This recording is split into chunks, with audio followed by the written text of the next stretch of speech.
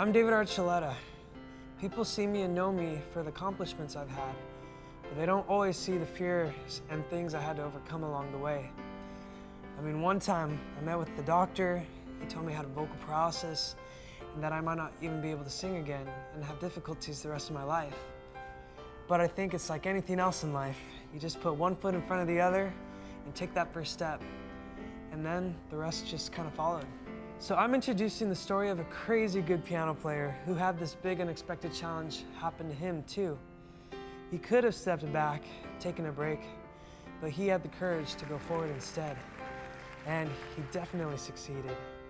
You know, it takes a little faith, it takes a little backbone, but when you're able to take those positive steps, that's when you have the real winning edge.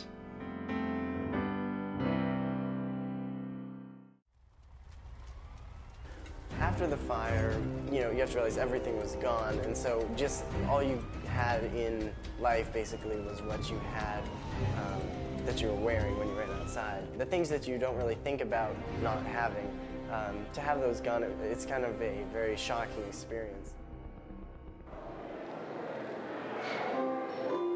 So I started playing when I was 6 years old, and my mom was my teacher at the time. I moved recently in the last 2.5 years to my current teacher, Svetlana Velichko, who is the former professor at the Moscow Conservatory. On average, I spend about 1 to 2 hours a day practicing, and so that does take a lot of dedication. I can't always go hiking or fishing or whatever with a lot of my friends. It's very difficult to play so fast and so brilliant, and you spend lots of time to do it.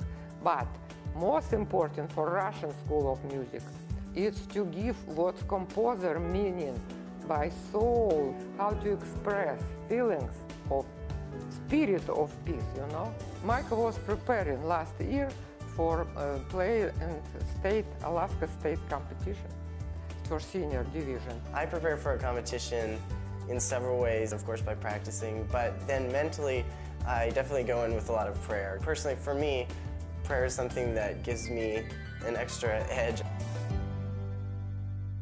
It was early in the morning, around 6:30 a.m.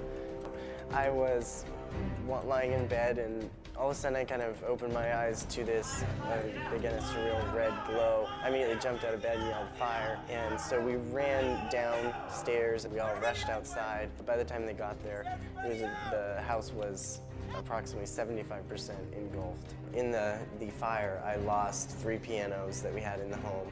And so I was kind of left stranded, and at this level of competition, you have to be able to practice a lot, especially right before a competition. One morning, his mom, Wendy, called me and said, "Our house completely burned up." I said, "No, I understand Micah won't play in competition after that."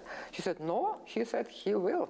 And I was pretty much amazed by that. We were able to get a piano just because of generosity of friends. My piano teacher provided her studio whenever I needed in her house. I spent the night there several nights and practiced and practiced, practicing up to 9 hours a day just in one day. It still took a lot of mental confidence that was really lost from the fire. I know that I was lifted up with prayer by many people just around the nation. To have that strength outside of myself, it was something that that uniquely prepared me and equipped me to do well, I think, in the competition. I just had a unique peace about it, and when it was my turn to play, I prayed, and then I performed. A unique effect that the fire actually gave me was just kind of something that I could feel the pain in the music, I could feel the emotions of the music in a way that was unique. And at the end of the day, I did win the piano competition, actually, and received the first prize. And so I think that was just the crowning achievement, knowing that I had the fire, the tragic loss, and to be able to come back from that.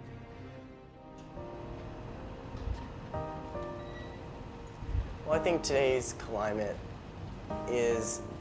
kind of social climate is that there's a lot of low expectations for youth in general. For me, Teen-Pact Leadership Schools has been a unique way to integrate me as a young person, we go into the Capitol, meet with senators and representatives. It's not just boring, dry government. It's something that is definitely hands-on. And to practice that leadership and public speaking skills, a lot of life skills that will serve me well in whatever I do in the future.